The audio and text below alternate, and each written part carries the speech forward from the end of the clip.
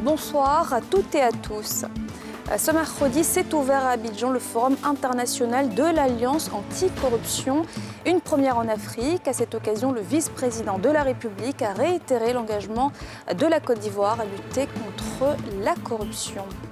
La Direction générale des impôts lance une grande opération d'enquête foncière. Elle vise à promouvoir la transparence dans la déclaration des biens. Et puis, le gros est de retour, l'éléphant qui terrorise les populations de Boguédia. Ils implorent une intervention de l'État pour garantir leur sécurité et celle de leurs biens. En 10 ans, le pays est passé de la 130e place à la 99e place de l'indice de perception de la corruption. Mais il reste encore beaucoup à faire pour éradiquer le fléau. À l'occasion du Forum de l'Alliance anticorruption, le vice-président a réitéré l'engagement de la Côte d'Ivoire à poursuivre sa lutte contre cette plaie qui gangrène la société ivoirienne. Le reportage de Nadja Eja.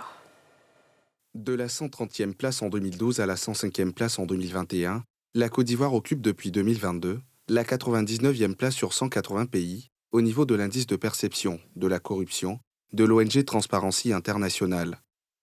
La 5e édition du Forum de l'Alliance internationale anticorruption, qui s'est ouverte officiellement ce 14 juin à Abidjan, est donc l'occasion de poursuivre ses performances grâce au partage d'expériences avec d'autres pays. Cette dynamique de progrès sera donc maintenue en vue de consolider les acquis, car à la matière, aucun acquis n'est définitif. À cet effet, la tenue à Abidjan de cet important forum est une opportunité que le pays entend saisir pour s'enrichir des bonnes pratiques et apprendre des autres pays et des autres institutions. Pour réfléchir aux actions à mener pour lutter contre ce fléau, c'est autour du thème « Action collective pour la bonne gouvernance et la lutte contre la corruption en période de crise » que se sont ouvertes ces assises de 2 jours. Discuter des questions de gouvernance et de lutte contre la corruption revêt une importance particulière dans toutes les économies du monde, en raison des liens étroits avec les investissements, le développement des affaires, la croissance économique et la lutte contre la corruption. Réfléchir et agir contre la corruption constitue même une urgence dans notre monde qui fait face à de multiples crises. En Côte d'Ivoire, plusieurs efforts ont été consentis pour la promotion de la bonne gouvernance et la lutte contre la corruption.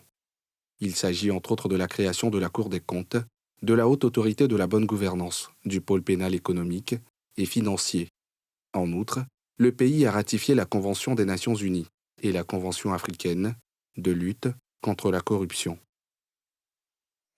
Pour lutter aussi contre la non-déclaration des biens, la Direction générale des impôts lance une opération d'enquête foncière. Elle résulte de la stagnation des recettes de l'impôt foncier malgré l'essor du secteur. Le reportage de Nadja Eja et Zécré Joseph. À Marcory, ce 14 juin, les agents de la Direction générale des impôts démarrent l'opération d'enquête foncière. Il s'agit d'une vaste collecte de données pour emmener les contribuables à payer l'impôt juste en déclarant les valeurs réelles de leurs biens. L'opération d'enquête foncière, faut-il le rappeler, n'est rien d'autre qu'un recensement qui consiste à recueillir tous les renseignements relatifs aux propriétaires et à leurs biens immeubles, tout en permettant d'une part de déceler les propriétés non prises en compte dans le fichier de la DGI et d'autre part de corriger les erreurs de localisation, les erreurs sur la nature d'occupation, les erreurs sur la valeur du bien immeuble. Pour cela, si d'ordinaire, le contribuable est appelé à effectuer le déplacement vers les services des impôts pour déclarer ses biens, dans cette opération, la donne change. L'opération en cours va se faire de porte à porte. Nous allons vers les contribuables. Ensemble, avec le contribuable, nous allons déterminer l'information juste afin que l'impôt qui sera liquidé soit payé avec le moins de contestation possible. Ce sera donc du porte à porte. Nous invitons les contribuables à bien vouloir recevoir avec amabilité nos émissaires. Ouverte à Abidjan Sud, l'opération d'enquête foncière va se poursuivre sur toute l'étendue du territoire et va durer jusqu'à la fin de l'année 2023. En 2023, beaucoup de changements sont en cours après l'annonce de la hausse de l'électricité pour une partie de la population. Souleymane Diarra-Souba, le ministre du Commerce, a rencontré les acteurs du secteur privé afin de prévenir toute velléité d'augmentation anarchique des prix des denrées alimentaires. Le reportage de Pierre Dipomélin et Kimo Eric. Série de rencontres du ministre du Commerce, de l'Industrie et des PME, Souleymane Diarra-Souba, à son cabinet, avec les fêtières des grandes entreprises et les responsables des PME, ainsi que les chambres consulaires et les grandes distributions. Les échanges ont porté sur le réajustement des tarifs de l'électricité avec la hausse du prix du kilowatt pour les utilisateurs des compteurs de 15 ampères et plus. Il s'agit pour le ministre d'endiguer les risques d'augmentation ou, au besoin, les minimiser. Sur la base des premières évaluations faites par mes services en collaboration avec certaines organisations professionnelles, nous avons pu noter que le réajustement de 15% du prix de l'électricité entraîne un impact compris entre 0,75% et 2,4% sur les prix sortis usines des secteurs d'activité énergivores tels que les secteurs du ciment, du fer à béton et du sucre. Au plan commercial, c'est-à-dire au niveau de la consommation, le réajustement de 15% du prix de l'électricité entraîne également une variation du prix au consommateur final, compris entre 0,75% et 3,03% des produits de grande consommation, notamment le fer à béton, le ciment, l'huile de palme raffinée, le sucre et quelques catégories de poissons congelés. Pour ce qui concerne les produits vivriers, le riz importé, la viande de porc, la viande de mouton et la viande de bœuf, le réajustement du prix de l'électricité n'a pas d'impact direct sur le prix final au consommateur.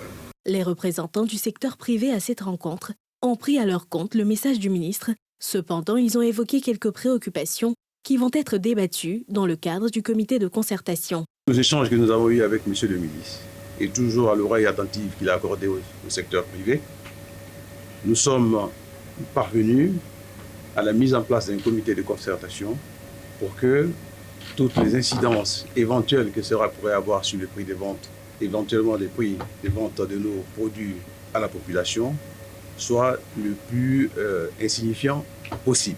Cette décision, à en croire le gouvernement, est une mesure de sauvetage du secteur de l'électricité. Elle va garantir un approvisionnement régulier et maintenir la compétitivité des entreprises ivoiriennes. Le ministre a indiqué que malgré l'ajustement tarifaire de 15%, qui entre en vigueur à compter du 1er juillet 2023, le coût de l'électricité en Côte d'Ivoire demeure le plus compétitif de la sous-région.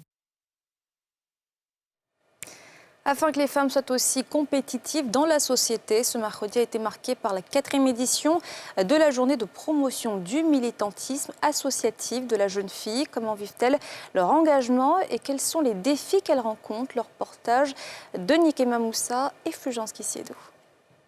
Mine Ramatou est une jeune militante politique. Pour elle, c'est un moyen efficace d'apprendre et de se mettre au service de la communauté. Militer, c'est s'engager volontairement, sans rien attendre en retour. De plus en plus, le milieu est en train d'être démystifié. Les femmes ont leur place en politique, elles le savent maintenant. Donc elles s'engagent. La preuve en est qu'il y a beaucoup d'organisations en fait, qui militent pour la même cause. Et on espère on croit surtout que dans l'avenir, il y aura beaucoup de femmes dans la sphère politique ivoirienne. Tout comme Ramatou, Yasmine Sibaï ne voit pas de barrière liée au genre. Le fait de militer m'a permis de pouvoir sortir de ma zone de confort, apprendre à gérer les responsabilités. On a le même potentiel que les hommes. Si j'ai pu représenter tous les jeunes de mon pays aux Nations Unies aux côtés de Madame la ministre de l'Éducation nationale, je pense que rien n'est impossible aux femmes. Et comme dans bien des cas, les difficultés liées au genre sont toujours présentes. Je pense que normalement, il ne devrait pas avoir de différence parce que la femme, c'est également un homme avec grand H. J'étais jeune quand je suis devenue responsable. Il y a des personnes qui étaient là avant moi, il y a également des hommes. Donc c'était difficile de m'imposer en tant que femme, en tant que coordonnatrice. Mais au fur et à mesure, j'ai réussi à montrer mon leadership en tant que femme pour dire que même quand je suis une femme, moi également, j'ai le potentiel de pouvoir l'idée de pouvoir être devant. Simple membre active ou leader d'association, de plus en plus de filles militent dans les structures de jeunesse. À ce titre, le ministère en charge de la promotion de la jeunesse initie depuis quelques années la journée de la promotion du militantisme associatif de la jeune fille. Donc cette journée vise essentiellement à exhorter les jeunes filles à s'impliquer dans les mouvements associatifs. Quand on parle de militantisme, on ne parle pas forcément de l'aspect politique, mais c'est dans les organisations de jeunesse, afin que la jeune fille puisse prendre la place qui lui revient dans les organisations. Placée sous le thème de la responsabilité de la jeune fille dans la vie associative, cette journée vient davantage montrer l'importance des filles dans le militantisme. Un reflet féminin sur les décisions gouvernementales serait à souhaiter. Actuellement, les gouvernements sont des pouvoirs masculins avec des décisions plus masculines. Donc, ce serait important d'avoir aussi une parole féminine dans ces décisions. C'est vrai qu'on se bat tant bien que mal. Mais les hommes essaient encore de lutter la place avec les femmes. Mais on sait vraiment que quand une femme a une place au devant, elle se bat et les résultats sont assez conséquents. Si les jeunes filles sont massivement représentées dans les structures de jeunesse, elles n'occupent pas toujours des postes de décision. Ces journées viennent les encourager et surtout les motiver à prendre toute leur place dans le militantisme, mais aussi dans les instances de décision du pays.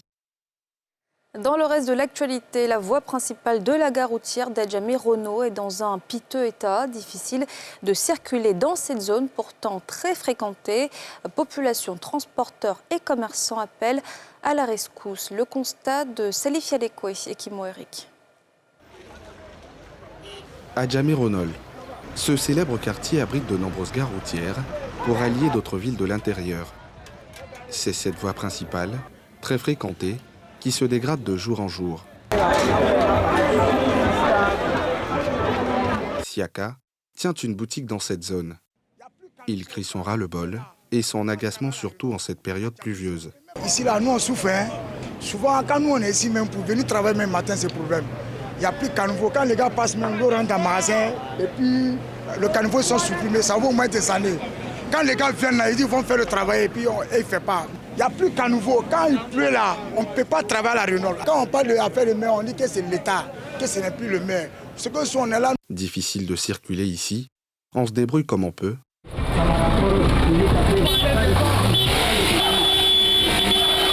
Ces jeunes essaient de colmater les brèches. Ça peut passer, non? Ça passe. Mais il y a ces gars-là qui ont garé. Ils ont mal garé. Mais derrière aussi, là, si tu peux dire aux gars-là, ils ont reculé un peu. Quand souvent on vient ici, les clients se plaignent. Parce que quand on les dit, ils ont fait un peu cher les embouteillages, tout ça là. Parce que tu peux taper au moins 2 heures à 3 heures du temps dans pour un client de 1000 francs, même 1500. Et quand moi je viens ici, j'enlève mon application. En tout cas, la route de Adjamé, en tout cas, ça nous fatigue beaucoup. Ça juste nos véhicules. Ce chef de gare également regrette cette situation et en appelle à la rescousse des autorités compétentes. Nos véhicules ne peuvent pas garer. On n'a plus de route. On ne sait pas comment il faut expliquer, quoi. On souffre. Circulation ralentie en dents de scie, l'eau de ruissellement qui a pris la place du bitume. Un vrai enfer. À cela s'ajoutent les incompréhensions et d'éventuelles bagarres entre automobilistes.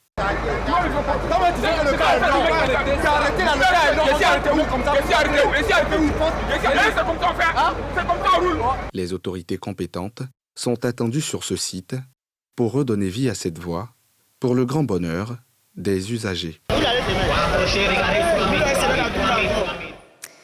Et puis le Gros terrorise à nouveau les habitants de Boguédia dans le département d'Issia. Après avoir causé plusieurs dégâts et une tragédie, l'éléphant refait surface 6 mois après. Un retour qui inquiète les populations.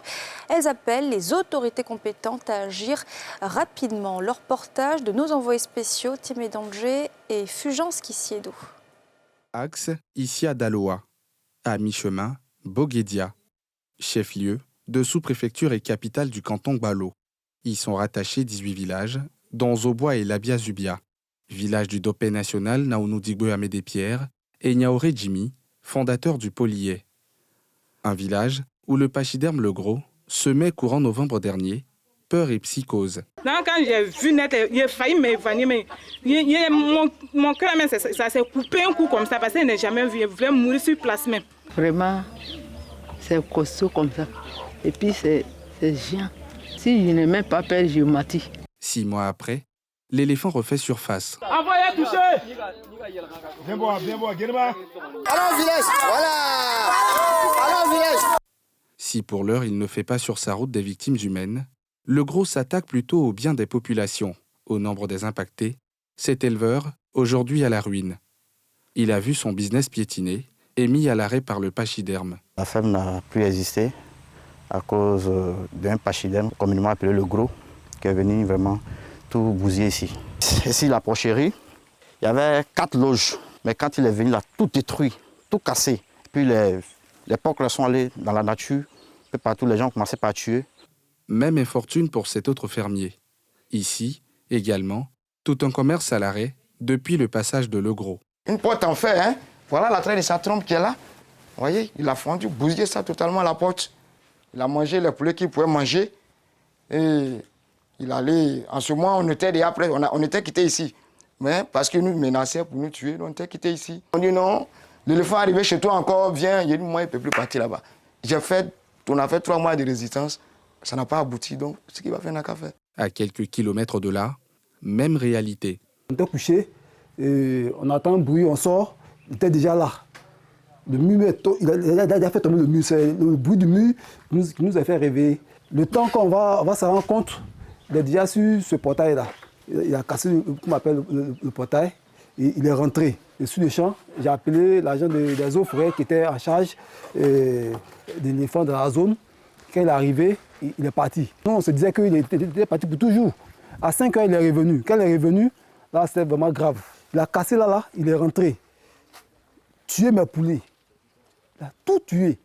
Tous asphyxiés, ces victimes sont formelles sur le mystère que cache l'éléphant. Une conviction renforcée par la consommation de volailles et de bétail par un animal réputé herbivore. Moi, j'ai commencé à dire, quand il vient, il mange mes poulets.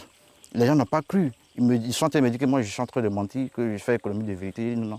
En tout cas, c'est étonnant. Alors, on ne sait pas si c'est à l'école, si nous ont menti ou bien on ne sait pas. L'éléphant qui est chez nous à Boguedia ici, c'est un carnivore. Parce que quand on te dit, si tu n'as pas vu, tu ne peux pas croire. L'agent des eaux forêts qui était en charge de la zone, il a pris même les déchets, il a dit qu'il partait au labo faire des analyses. Et après, il est venu me voir pour dire qu'effectivement, c'est vrai. Cap sur Mimia, village du chef de canton. Une autorité coutumière régulièrement saisit des plaintes des sinistrés. Tu ne peux pas faire ta cueillette de cacao. Dès que tu rassembles, il vient, il bouffe tout. Tu fais ton piment, il s'en va, il gâte. Tu fais ton projet même, il s'en va, il casse ta ferme, il gâte ce qui est dedans. Donc ce problème-là fait qu'aujourd'hui, on n'a même pas la paix dans les 18 villages du canton Balo. L'État nous a envoyé des missions. Mais les missions-là n'ont pas de résultats. Ils sont venus avec une mission des eaux et forêts pour dire qu'ils vont le refouler. Ils ont envoyé des mégaphones. Mais c'est au moment même quand ils souffrent dans leur mégaphone que l'éléphant se met à danser. Donc nous, on n'a pas vu ce que ça a apporté. Ils sont repartis. Réunis en collectif, les impactés réclament l'assistance de l'État. Nous avons identifié 700 victimes. Ce nombre est non exhaustif puisqu'on ajoute encore des sinistrés, des nouveaux sinistrés dans ce temps-là. On demande avec force à l'État d'enlever cet éléphant. On a peur qu'un éléphant habite avec nous alors qu'on ne le maîtrise pas.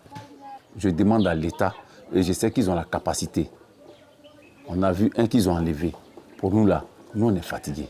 Ils n'ont qu'à venir l'enlever. Pour rappel, c'est en fin d'année 2022 que le gros s'était signalé à la Bazubia, détruisant sur son passage des maisons et des champs, et tuant un paysan qui tentait de l'abattre avec son arme à feu lors de son apparition dans son campement. Et voilà, c'est la fin de ce journal. Merci de l'avoir suivi. Bonne suite de programme sur la nouvelle chaîne ivoirienne.